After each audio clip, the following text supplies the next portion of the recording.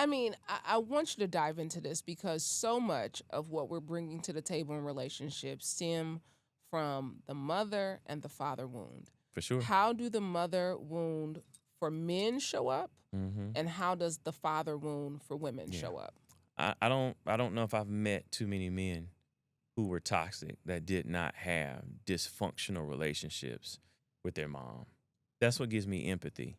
So, I mean, on the surface, these brothers are toxic. I don't like them. I have to hold back my visceral reaction, when they're coming into. Is that the red pill community though? What is that? What does that Well, toxic behavior show up as? well, here's what it is. It's men's pride. Whenever you're talking to a man, you're talking to his pride, right? Mm. And men who are insecure need to hold on to their pride, right? So you really can't get them to be accountable. You really can't get them to look within and say, you know what? I would have a better marriage if I was better to my ex-wife. Yeah. She left me because I was not a good husband. Mm-hmm. I was not a good man. I was not a value add. I expected her, even in church community, to suffer because we made vows. You're obligated to stay in this till death do us part.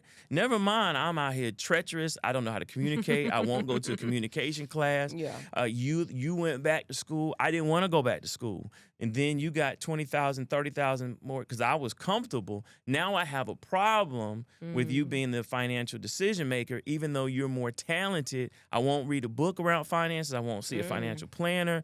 Your portfolio looks good. My portfolio looks bad if I even have one. Yeah. But I don't want you to be over the finances. Yeah. And so for men, there's nothing worse than having an absent or a harsh mother. All the studies show that. All right? You can survive as a man if you have a harsh father. It's very difficult when you have a harsh mother because where do you get love, Yeah. empathy, connection, warmth, right? And when you see men who have not had that, what do they come off as? Transactional, cold, no empathy, anger.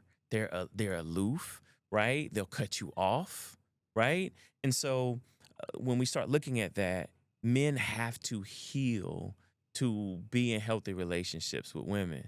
But what they tend to do in the red pill community is they tend to beat up on women for wanting what they want instead of being old school, traditional women, which was actually a lie. So they say, my mom stayed with my dad. Yeah. My grandpa stayed with my Yeah. grandma. But the only reason they stayed is because they weren't working. Divorce was more taboo. They stayed for the kids. Or they literally did not have the money that today's women have to be able to leave. Yeah. So they weren't happy. They were just as depressed. They were just trapped. Trapped. Yeah. And so now the research shows that women say, I'm not dying for anyone. You can be better. And women typically do have the pulse of where the marriage needs to go. And men who listen have better marriages. Like Mecca says, we need to have a date night. I might say, why?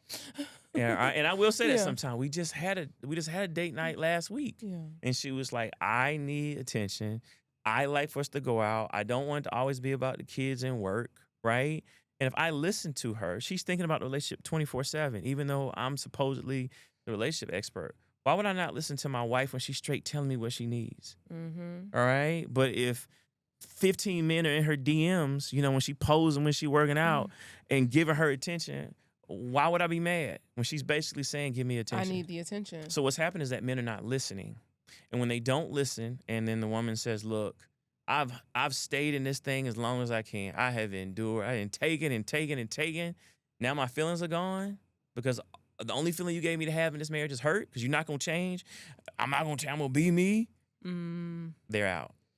So then how do the father wounds show up for women in relationships? Right. So, fawning. All right. So in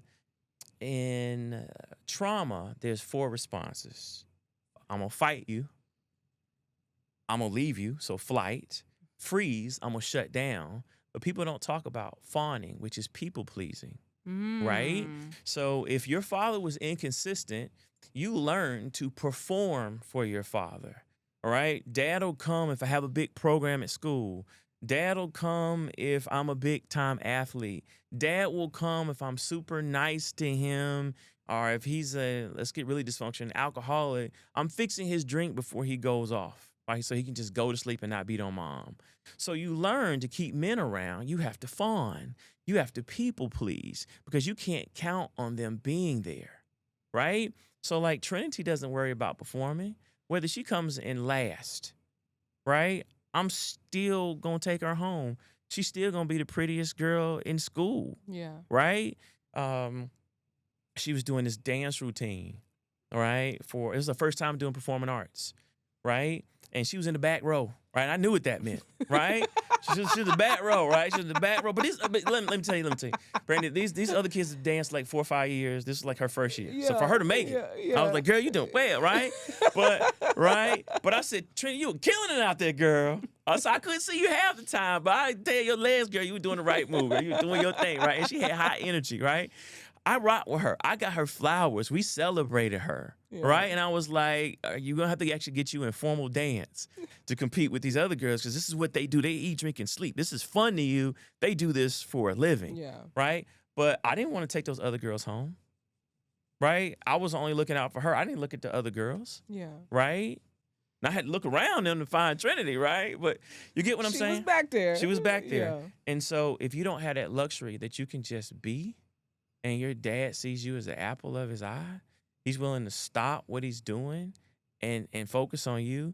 That's a lot of self-esteem you have to get from outside, right? Yeah. So there are a lot of women who get into relationships because they're looking to please. If I make you happy, then you're going to want me.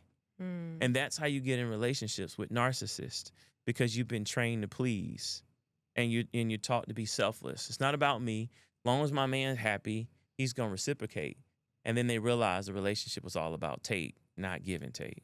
That is so good because I think, of course, we all hear the flight, the fight, the freeze, right? We all hear those, but this is like really one of the first times I'm hearing the Yeah. fawning. Well, it's Yeah. probably the most sophisticated because you get ready to leave and my identity is making you happy.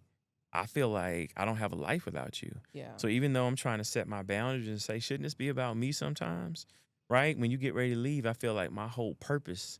And so then I double down, then I triple down. I go right back into that traumatic circle of fawning times 3. If I can just make you happy, or maybe, even though it doesn't make any sense, maybe if I would have just shut my mouth, even though I felt like I had a valid argument, right?